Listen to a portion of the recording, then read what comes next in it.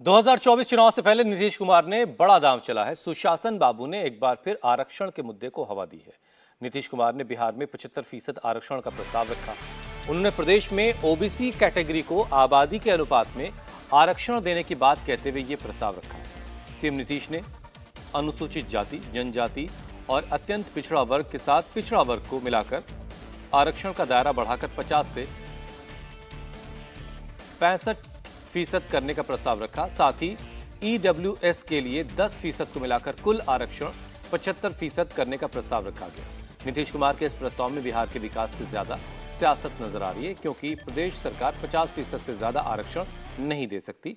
ऐसे में इस तरह का दांव चलकर नीतीश कुमार ने गेंद अब पीएम मोदी के पाले में डाल दी है।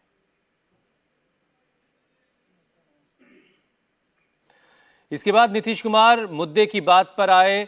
उन्होंने कास्ट सर्वे को लेकर बात की, कहा कि अब इसका फायदा मिलेगा और ये सबसे ज़रूरी बात है। नीतीश कुमार ने कहा कि कास्ट सर्वे में हर जाति की संख्या, उनकी आर्थिक स्थिति का पता लग गया है।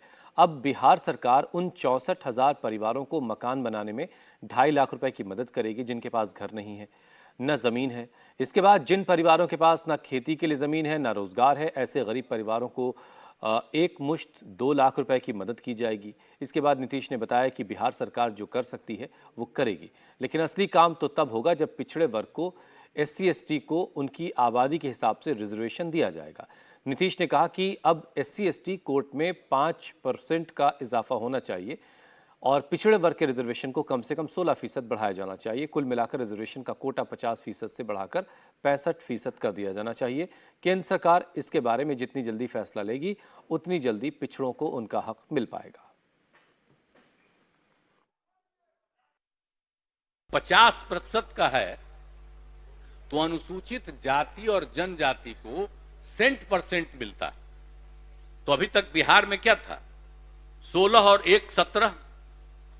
तो अब चूंकि संख्या बढ़ गई है 19.65, तो ये 19.5 से आगे है, तो अनुसूचित जाति को 20 करना पड़ेगा।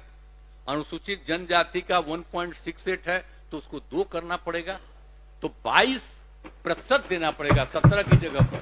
अगर आप अब 50 में 22 हटेगा तो मात्र 28% न बचा पिछड़ा और अति पिछड़ा के लिए। आज संख्या कितनी हो गई जरा तो देख ही ना लिए हैं, कितना हो गया, 63%। दोनों को मिला करके जो हुआ है उसके हिसाब से 63% उनकी संख्या। तो पिछड़े और अति पिछड़े वर्ग के लिए आरक्षण बढ़ना नहीं चाहिए भाई, इसका बढ़ना नहीं चाहिए, यही हमारा कहना। जो 50% है तो कम से कम हम 65% कर दें, ताकि 22 से आगे तो 65% कर दिया जाए 50 की जगह पर। 10% सुनिए ना, 10% अपर कास्ट का पहले से है तो 65 और 10 75, तो बचेगा 25। तो पहले 40 सबको फ्री था, अब 25 फ्री हो जाएगा।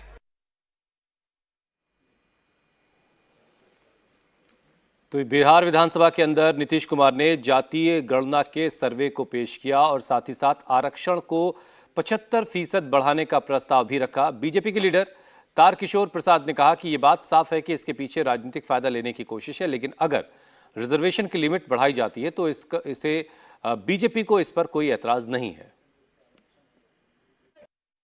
संवैधानिक दायरे में अगर कोई ऐसा सामाजिक जाति समूह है जिससे आरक्षण की आवश्यकता है, जो गणना में जो प्रतिवेदन है उस प्रतिवेदन के आधार पर अगर लगता है कि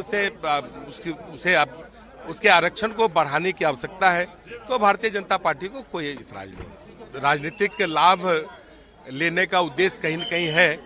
पहले भी हम सब कहते रहे कि जो जातीय गणना है उसमें बिहार में अलग अलग समाज के लोगों को कैसे हम उनके जीवन को बेहतर करें, इसके लिए है, न कि किसी दल विशेष को उसका राजनीतिक लाभ लेने के लिए। हमारी तो शुरू से मांग रही है।